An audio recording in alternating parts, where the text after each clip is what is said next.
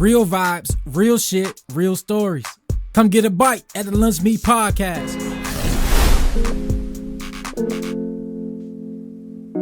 You pray 1,000 ways to live another 1,000 days.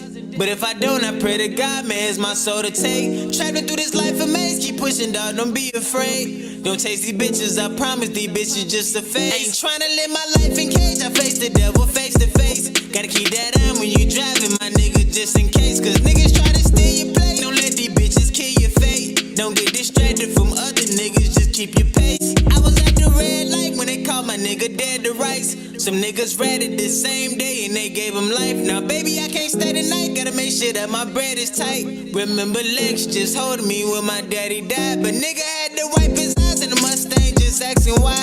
Listening to Tupac and MJ, them butterflies. Trying not to mope and crap and feeling like I'm losing time. Don't bet no change on these bitches, they switch like flipping dimes. Welcome back to the Lunch Meat Podcast, and I'm here today with one of the up-and-coming top artists out of Atlanta, Georgia. Yeah. Born in Chicago, though, you know, it's a Chirac brother. But from Atlanta here, you know, pursuing his music dreams.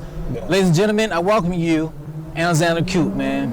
I'm just happy to be here. Happy to finally. Yes, sir. I did it before, but you know, stuff going on, so I had to come out here and show them some love again. I appreciate you, man. So, my show, man, is, like I said, based on your story, from growing up to your childhood, your musical motivations, and so forth to where you are now. So I like to start with this, your childhood. Yeah. So how was your childhood growing up as a kid? Yeah. In perspective? Kind of like, I will say that, I don't want to say the average black, no father in the household, but it's just, me, two sisters. I went to McMahon Middle. I didn't go to McMahon High, my mom didn't want me to go there. Yeah. But just same, one parent household, working, same old. So yeah. Not really say average, but yeah, not average, but it's like you probably heard it a dozen, Yeah, I heard it a dozen times. yeah. Sad, but shit. It's but y'all making it out, I was like, well, I made it, goddamn it. Yeah, but so like, as a kid, man, was you the artistic type as a kid? What's crazy is, I think everybody in my household, like even my two sisters still do poetry. My mama and my sister, all of them know how to draw. It's like we all did poetry from all the way up. I just turned mine to rap. My sister's writing books and my mama do paintings. So we all was kind of artistic from the beginning. It's just we kind of doing all different paths of it. Okay, so poetry. I'm a poet. I actually got a performance Valentine's Day. Yeah. In Atlanta somewhere. I don't know the venue yet, but I do spoken word poetry, right? So how did you kind of get into the art of poetry when it first started in a way? Okay. So actually, I was in high school. Well, I always could write, but I would only do it for like school projects. Right. So one time one of my teachers was going to Georgia State, and my girl, he came in the library and was like, I need somebody to write me a poem for my class. I think it was about double consciousness. What's his name? I forgot his name, but the dude who made Double Consciousness. He's a poet, right? Yeah. Was he white? Light-skinned dude or white dude? I think he was black. Yeah, dreads. I don't think it was like. It was a black dot. It's a black dude, but it was about double consciousness. I had to look it up. But it's basically about the black man keeping his heritage, but having to succumb and be like how America wants him to be. The double consciousness. Basically, I forgot the person. They can probably come leave it in the comments. Right. But that's basically what it was about. So at first he was like, he looked at me. He like, nah, I want her to do it. So I'm like, nah, bet, let me do it. Right. So he gave me a chance, and he ended up getting an A+ on it. Hey. Then they took that and put it into a contest, and then they got first place and all of that. So they was like, you should do it. I still didn't, whatever. And then I finally just sat down. My homeboy named Skinny, he was doing music, and he just told me to come to the studio, and then it started from there. Well, that's how the music started, but that's where the poetry started. So what age was you at the time period? I was like 16. 16. And then I think at like 17, 18 was when I actually went to the studio. Cause we worked at Walmart warehouse together. Oh. And he worked at, man, I did it. Terrible. But now like, he was working there doing order filling. He was order filling. And we did that shit. How like the belt Yeah. off the truck, you gotta throw that bitch. Yeah. God. So we was stacking on the On the warehouse, racks. order filling. Yeah. On the damn pallets and shit. So he was doing music. He was working. I think he was actually around Money Man for a long time. Right. And then he was just like, come to the studio, and I wrote some shit, and I fell in love with it ever since. So, Okay. Do you remember your first song that you wrote that night? I actually do. It was, what was that shit called? It was a song with him, but I'm trying to remember the name. But it was fucking probably terrible. Well, it probably wasn't terrible, but it's like, for example, when you go watch your first interview you ever did compared to your, you like, what the hell? Yeah. You kind of got to go through that, But I remember it, but I can't remember the tempo of it. I had to send it to you, but that was like maybe like 3-4 years ago, probably. Yeah. Okay. So you're in the studio that night. You're vibing. You're making music. Yeah. So you're sitting down, and what hits you? What hits in your mind, and your heart? That like, you know what? This is what I want to do. What was that moment for you? I think the feeling I got once, it actually wasn't even that night, because when I'm around a bunch of people doing it, it's like you start thinking, oh, maybe mine wasn't good enough. Yeah. But actually, I stopped going to the studio, bought all my own equipment, and I'm doing it at the house. So it's like, once I learned how to EQ my vocals and add this to it, add that to it, then I get that confidence, like, yeah, this shit is actually what I want to do. So then it's like, even before then, like, even though I tried to stay away from it, because I used to always be like, I want to do something that's not stereotypical as a black guy. So I used to always be like, I ain't gonna do music, that's what everybody do. Yeah. I don't want to do sport, because that's what, and then it just kept, so that's pretty much how I just went ahead and tried it. So before music, right? What was your passionate dream that you wanted to do before then? The funny thing about it, for a long time, I think all the way up until middle school, I kept saying a preacher. A preacher? I don't know. I just felt like, I don't know. You asked my mom, like, she was always, I think it's because we was going to church. But I think what it was, it wasn't really being a preacher. It was just being, I wouldn't say the center of attention, but the person that's, like, even in music, you're on stage and crowd control. Yeah, like, I think that was the only thing that I seen that showed the same crowd control as music, because we would go to church. And it's like, he'll say this, you'll do it. So same thing with music. You say this, they do it. I think it was just pretty much that aspect of having that crowd control and that, you know what I'm saying, in that field. So I don't think it was actually being a preacher, but I think that was the only thing I ever seen that, you know what I'm saying. But yeah. Okay, goddamn. I'm cussing and all type of shit. I can see you out there. Bitches, how you business? Get stand up right now. Let's talk to you for past collection fit one more. Anyway, all right. Yeah. So you got the studio. You start the grind, right? The grind process started. So for up and coming artists, what is one thing that you learned that you probably could have redo in your beginning process? Consistency and self-confidence, because like it's been a couple of times where, like, say you in the studio, because I was in the studio with Mr. Collie Park is. Yeah, the Ballhead brother, right? Yeah. So I was in the studio with them, and for a long time, it's like you get to a point where you start trying to please everybody else, to the point where you start losing what you actually want to do. Break it down for everybody. Okay, so well, that whole story, they know the story, so it ain't no issue with them or whatever. But like, basically, in a nutshell, when I was in the studio, you know the type of music they make, Bubba Spark, Soulja Boy, Yin Yang Twins. Right. So you heard me perform. Yeah.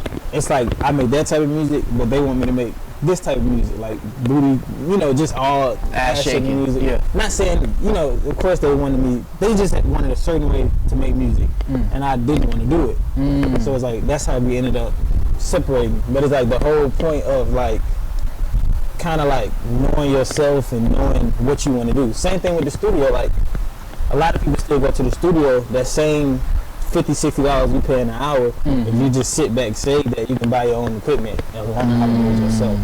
So it's just basically self-efficiency, self-confidence, and really consistency that I would say is the keys, in my opinion.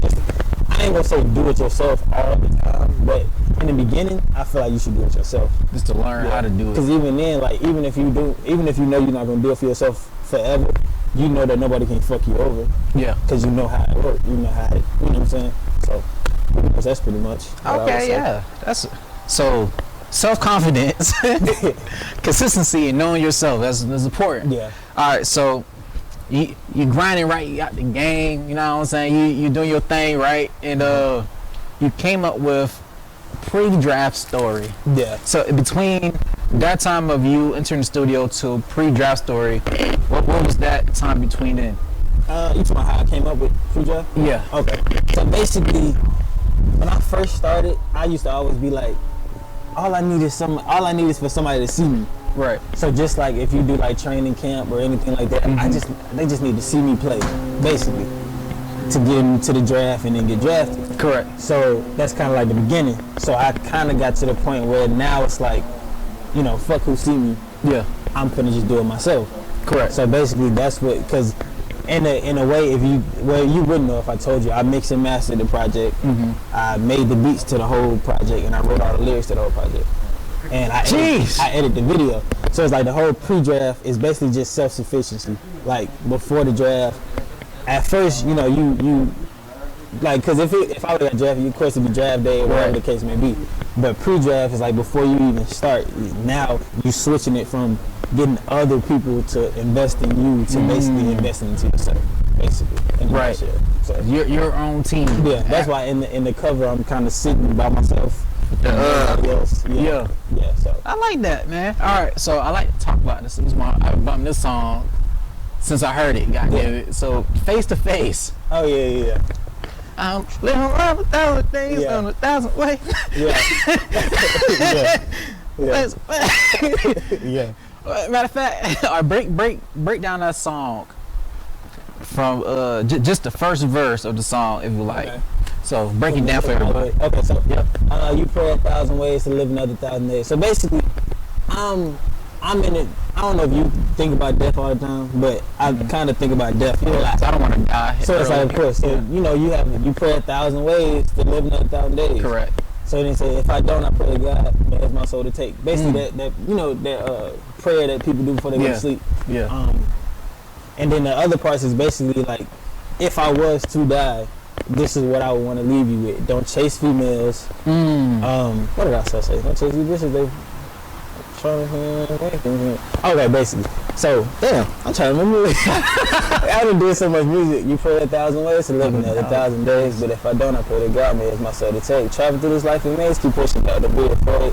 Okay, yeah. Basically. So basically, like, keep pushing, don't be afraid, keep going, don't chase females, don't chase the wrong things, and basically, I think I said I look the devil straight in his face.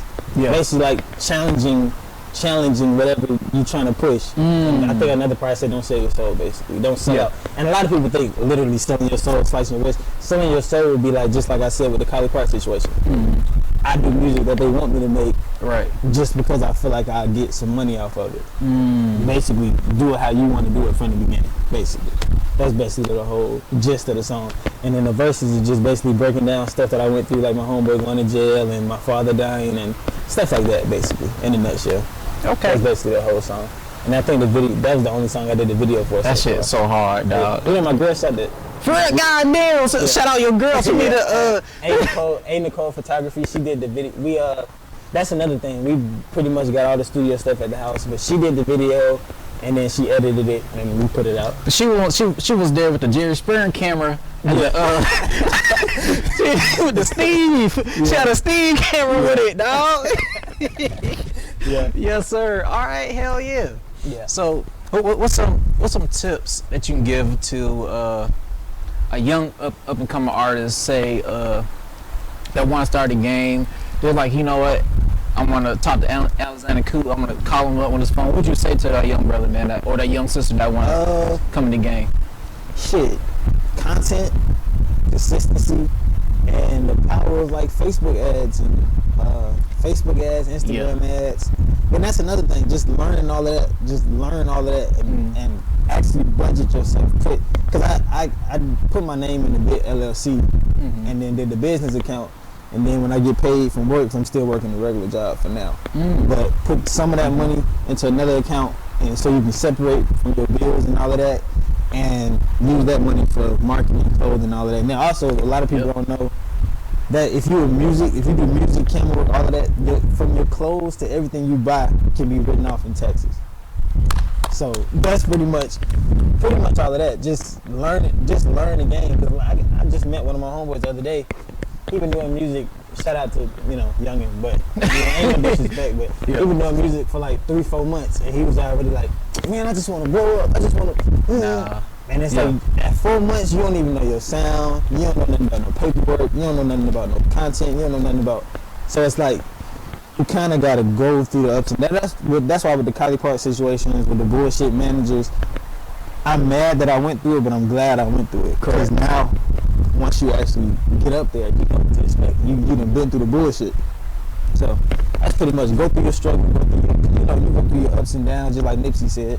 He went through every emotion. You gonna go through that shit when you feel like, fuck it, I don't want to do this shit no more. Yeah, that's correct. Yeah, especially when you drop a video you excited about, and then that shit get 10 views. You be like, man, this shit ain't for me. This shit, yeah. So you gotta go through that shit to get to where you're trying to get to, pretty much. And it's true what you said about that having a separate account. Yeah. Little do people know I do work a regular job, and also I just got hired to work at Domino's. So you see me delivering pizza to you part time. Yeah, that's me. That's me, and I'm using that money to market. Man, that's my marketing money. Money, promotions, more equipment one day. Because one day I want to own a media studio. Yeah, exactly. So like independent up and coming artists and come to my warehouse and studio freely, promote themselves, man. So that's the goal, but also you got to grind, man. A lot of people don't understand. A lot of people, the background grind. That was the thing I was saying. Like, even if you blow up fast, you probably not gonna last. Cause like you don't got no catalog, you don't know what's going on. You probably be so thirsty, you sign a bad fucking deal. That's why a lot of people, they get that one song and you never hear from them again. Right. Cause for one, they didn't expect to blow up. So they blow up and it's like you ain't went through nothing. So you don't know nothing. You don't know, okay, keep shooting videos. You don't know, keep putting ads up or pay for a marketing team or pay for, you know what I'm saying? You don't know. So you be so thirsty and then you get to where you're trying to get to and you don't last long. Then I feel like once you known that somebody, and that's why, like when you build your brand, once you known that somebody, you cannot, like that shit is not, like I'm, like what's his name? To the world, Cupid Shuffle. Like, no offense to Cupid Shuffle, but Cupid Shuffle wanted to start doing this music again, and somebody say come to say Cupid Shuffle, they gonna want to hear Cupid Shuffle. They not gonna want to hear his new song with whoever, because it's like you built your brand as Cupid Shuffle, so it's like that's what you known as. You can't really, unless it's another dancing song, right? Which you probably can't replicate twice. Like that's what you known as. So that's like so a long time ago, right? I got invited to go backstage and meet Soulja Boy at a concert. Yeah. And I never went up there to meet him because I was busy on it was like my 7th grade, so I was running around in the field somewhere doing something. Playing football at the concert, really. Yeah. And I remember when he first came out, he came out with some songs that I never heard. He performed those first. I'm like, what songs? You know, so all the people know songs was like the young, the brothers that had the long, tall tees on. Yeah, exactly. And they was getting on the ground, laying with a rocker with this shit. Yeah. But that makes sense because the only thing I was there for is to hear Crank That. Yeah, exactly. So what you said makes perfect sense, man. Yeah, because now, even with him, like, since you said Soulja Boy, it's like with the if he would have started off talking about what he talking about in his music now, like shooting and all that shit, it probably be more believable. But it's like now it's like, well, we know you from Crank That. Yeah. So it's like that's why, like, in certain songs you might hear me rapping, and in certain songs you'll hear me with a little melody. Right. It's like if I'm starting off like that, like even when you look at Drake, Tory Lanez, they didn't put themselves in a situation where they can do an R&B song, but then they can go on the radio and freestyle. Correct. That's because they didn't put themselves in a bubble where it's like that's what they know you as. So that's pretty much. So you should start off as an artist, an upcoming artist, should start off as what they want to be known for, not just one thing. Yeah, once people, I feel like you should start off with basically, like you said, what you want to be known for, and then as time progresses. Like if you do a feature with somebody, you can kind of switch over to do a little bit of their sound because you're on a song with them. But I feel like if you start off because I did a song with them, and it was just like basically like bust that ass. Yeah. And it's like, and then he was telling me, he was like, for your album cover, Yeah, so ass I want to cheeks. put an ass cheek right there by your. And it's like I think long term. Yeah. So it's like if I'm in the studio, everybody else dancing. That shit is hard. That shit hard. I'm the only one. What's wrong with you? I'm like, it's alright. Yeah. But it's like if I'm feeling like that now, just imagine I go on stage to perform. Just imagine if I drop that and I'm interviewing with you and you telling me like face to face, I can break that down. Right. But if you ask, so the song, the part where you said, "Bitch, bounce that ass." What you mean? And then you see it like, it's like shit like that. And you just unhappy from the go, and that's what I was telling them about. If I'm starting off unhappy with the product, I might as well clock in at the job I'm at now. Right. Now I'm just doing music because y'all want me to do it. Versus, that's why like self-sufficiency. Even if you drop a song and it go crazy, like I wouldn't even say sign in. Because shit, build that catalog, that leverage where you can sit down and say, hey, I want to own my shit, I want to do this, I want to do that, I want to do this, I want to do that. And then you might get a partnership deal or something like that where you're not just an artist and they can shelve you when they want, they can pull your shit off the shelf when they want. Hell no. So, but it take longer, and the budget, the money you got to put into it is more, but I feel like in the long run it'll be worth it. And nowadays if you drop something go viral overnight just off of somebody doing a TikTok to it and dancing to your music. Like got him, I think he always masters. But it's like that little shit they keep doing. The Corvette shit? Nah, not Corvette. Well, Pop Hunter, that's Pop Hunter. The one who, that beatbox shit. When he's in there. Oh, yeah. The kangaroo dancing? Yeah, they kind of like different spots. Yeah. Like, I'm so in depth with it, I literally look up your song and go down to the credits and see if you own the shit. So it's like, you might look at an artist, like certain people, I can't say their names, but you look at an artist and you be like, damn, I want to be like him. He just signed a deal for that. And then that artist, like I learned 3 years from now, they be like, man, let me have my contract. Right. It's like that shit don't be real. And that's just how I look at it for the most part. So ownership is key. Yeah, ownership is key. You can do what you want. Like cause like right now, say if you sign a deal to like a media company to do this, right? Oh yeah. And they don't like the way you doing it, they can pull your shit off YouTube. Fuck you. You know what I'm saying? They can pull your shit off YouTube and be Don't do that. You signed, you be like, okay, well, you can't drop nothing because you signed anything that you drop over to us. And we paid you in advance of X, Y, Z. It'll hurt. Yeah, so now you sitting here like, I can't drop because now you got an attitude. Versus you build that leverage up like a Joe Budden, like Breakfast Club. They don't own none of that shit. Yeah. But Joe Budden owns shit. Yeah. So it's like, it's just certain ways that I would say, even though it'll take longer, it's certain ways that you should go by, especially in 2020, 2021. I feel like if you don't listen to Russ, you don't listen to Nipsey, and listen to what they said, shit, your ass is there to get. Yeah. You know what I'm saying? But yep. Russ, man. I heard his first song, I'm falling in love now. Yeah. Yeah. Then after I heard that song, I said, man, why this guy? I never heard this guy. I only heard him randomly going through YouTube. Yeah. I said, I never heard this guy on the radio. I've never heard anything about it, but his numbers was always high. It's like a lot of people know about this guy, but the world don't really know about him yet. So, is that because, the independent, like you said, independent I feel like, is longer? Because I feel like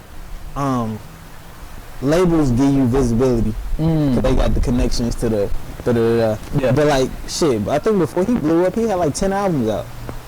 But now that he blew up, I feel like now that he blew up, he even showed how much he was making. I think he made like 100,000 a month just off of streams, and that's just off. That's why a lot of people, like when you be signing a deal, you get an advance, you get a small percentage of streams, but you make your money off of shows. But when the pandemic hit, nobody doing shows. But when you own your shit, you getting 100% of your streams because you own your masters.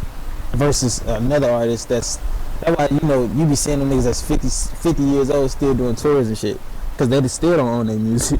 Damn. Like, but yeah, that would suck. Yeah, exactly.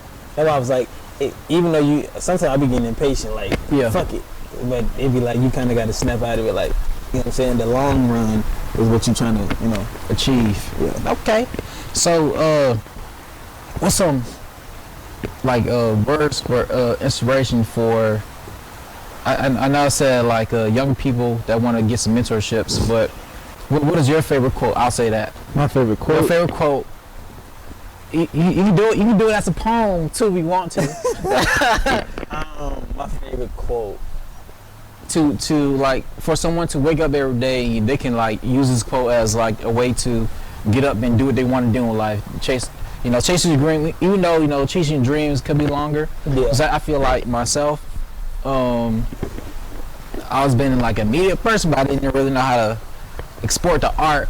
But I feel like before 34, 35, 31 or whatever, I feel like this is gonna be something I can probably do full time. I'd be real happy, but I'm still chasing it. So what quote would you say to get somebody? I guess say fall in love with the process. Cause like when you did like when you was setting up, you looked at the backdrop, you like, yeah, it don't matter if this shit get 10 views. You like the fucking scenery. Yeah. It's like shit like that. Like stop looking at the views, stop looking at the numbers, stop looking at the. Fall in love with your process. Fall in love with your struggle. Stop comparing yourself to everybody else. I guess I would say that. Like any situation you get into, it's like you can use it as an excuse or you can use it as your fuel, pretty much. And whether which one you use it, one gonna keep you where you at, and one gonna bring you up. So which one you choosing, pretty much. Pretty much that's it. Just fall in love with your process and fall in love with the hustle of what you're trying to do. Because at one point you loved it, but now when you realize it ain't gonna go the way you thought it was gonna go, now it feel like a job. You just go back to loving it. And I mean, even though that's harder said than done, but if you kind of remind yourself that I'm doing it because I love it. That's because I'm not gonna lie, like shit. It's been times now where I'm sitting in the damn apartment recording, and see that's the only good thing about being in the studio. Where people, you don't want to have yes men around you, but they help because it gives you that confidence you need. Like you can have a yes man around you, but have somebody around you too that tell you the real. Yeah, tell you the real. But like having that artistic, like this person over here, that person over there, they kind of like y'all feeding off each other energy. That's the only good thing that comes from being in the studio and paying for the studio because you got people around you. But as far as like I was saying, being in the house by myself, it's like sometimes I'm not gonna lie, when I feel like I can't get this shit to sound the way I want it to sound, it's like fuck it. You delete the whole thing? Yeah, I either delete the whole thing or I just stop doing music for that night, and I just be like, fuck it. Like, damn. And it's like that's a bad habit, like, because a lot of times I'll do something and I think it's terrible. Correct. But if I send it to you, you might be that's the hardest shit. Hard as hell, boy. Yeah. There's been a lot of times where it's like a throwaway to me, but to somebody else, it's like, that should be your single.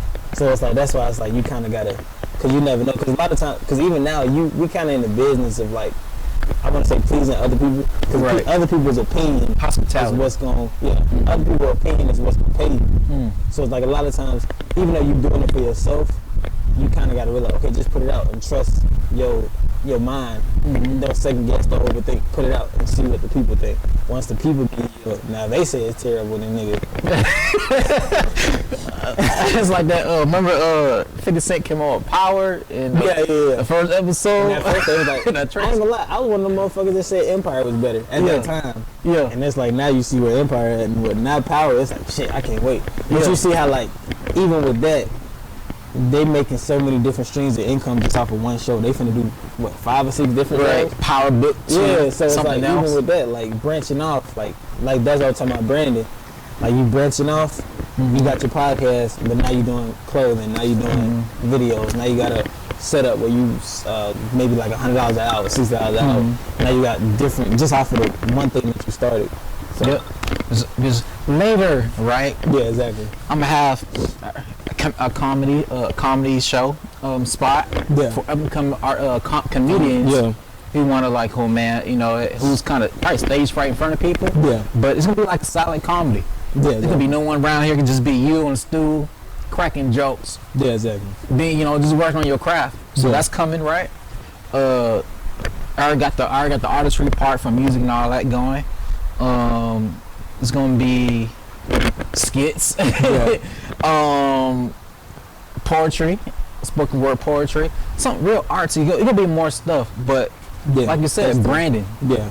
Yeah, under one network. Much, yeah, because I want to do, I'm not gonna lie, like I want to do, like even like Blackish and all them shows, I want to do TV shows, I want to do clothing. That's why I say when I actually get a nice budget, like even though the song might be 3 minutes, my music video might be like 15, just off of the whole skit, like a whole movie, a whole skit. That's like that shit is dope. That's how I want to do all my music videos. But it's just getting, once you get that one, you good. Like, once you get that one, it just take that one and just knowing what to do once you get that one. Right. And that's what all this preparing is for. So that's true. That's like what T.I. said, man. It's like he was like, you know, I can give you $1 million, but you know, or someone give you $1 million, and what you can do with it once you get it, though. Yeah, exactly. It's not like how you spend, it's how you keep it and grow. Because I think one time I was trying to work with a marketer, and he was like, "What's your end goal? Like, what do you even like? If you get to where you want to get to, what's your end goal?" And I was like, "Yeah, like yeah." So I'm like, damn. What the fuck? What am I doing this shit for? What is the end goal? You know what I'm saying? And it's like even now I'm still like you know, you got your podcast, but it's like, what's your end goal to the podcast? What's your final result where you'll be actually happy? And then it's like if you don't, I feel like you don't find that. One thing I noticed, like even in like if you notice now, like in high school, $300 a week was like, oh my god, or $100 a week is like, you rich? Damn, I'm rich. Yeah. Now $1,000 is like, yeah, I need more. Yeah. So it's like kind of finding what is actually gonna make you happy, and what's gonna actually make you feel like you accomplished something, and pretty much, you know, that's what you kind of gotta find. But I ain't gonna lie, I'm still looking for that shit now. But I know in the meantime of doing music, I feel like you'll find that along the way once you get to where you're trying to get to. But right now you so focused on, you know, building right now. Yeah, exactly. Yeah, that's true. Yeah, but you know, I got fucking dreams. Yeah, exactly. I got shit inside here that it's coming to life as I see it. Yeah. Sometimes people stop me like, "Hey man, you know what you're doing? What you said, you doing right." Things I don't feel like it. Sometimes I got to do that too. Yeah. I said, "Man, what you talking about, man? I feel like I'm still in the beginning process. I haven't done nothing yet to me, so I'm still working as if exactly. I haven't done anything." Because a lot of my homeboys were saying that they'll be like, everything you said you was gonna do. You said you was gonna get your car. You said you was gonna do. And in my mind, I'm like, I ain't doing nothing to go get a job and do a car note that I don't even want to pay for. Right. But to them, it's like, well, you kind of do got to sit down and say, well, I do got my own place. I do I can't sustain a household and you kind of got to appreciate what you got. But it's so hard. It's so hard to do that shit when you trying to get somewhere. Yeah. And you looking up there like they all the way up there. And then the fucked up part about it is, like even what Russ was saying, and whoever, you get all the way up there, and what you thought they was ain't even what they are. Like that's why like a lot of them people, they be flexing their cars and all that shit, and in 2-3 years from now they like, give me all my contract, they stole this amount, they stole 90%. Well, if you made $1 million or $2 million, they took 90%, you low key broke. But you know what I'm saying? Like, but you know, that's how that shit be going. But okay, hell yeah, man. So how can someone find you, man, and find your music, dope ass fucking album? Yeah. The pre-draft. Yeah, and I just dropped the song. I think that Spin the Block I performed. Yeah. I dropped that last Friday. So I heard it too. Yeah. So I got on my release radar on Spotify. Appreciate it. I'm trying to get some damn. I'm trying to, cause the hook, like I feel like could get like a little trend going, like a little TikTok. I'm trying to go that route, and then probably network with some DJs and shit like that. But you can find me at Real Alexander Coope 1. I got another page, is Alexander Coope with 3 4s.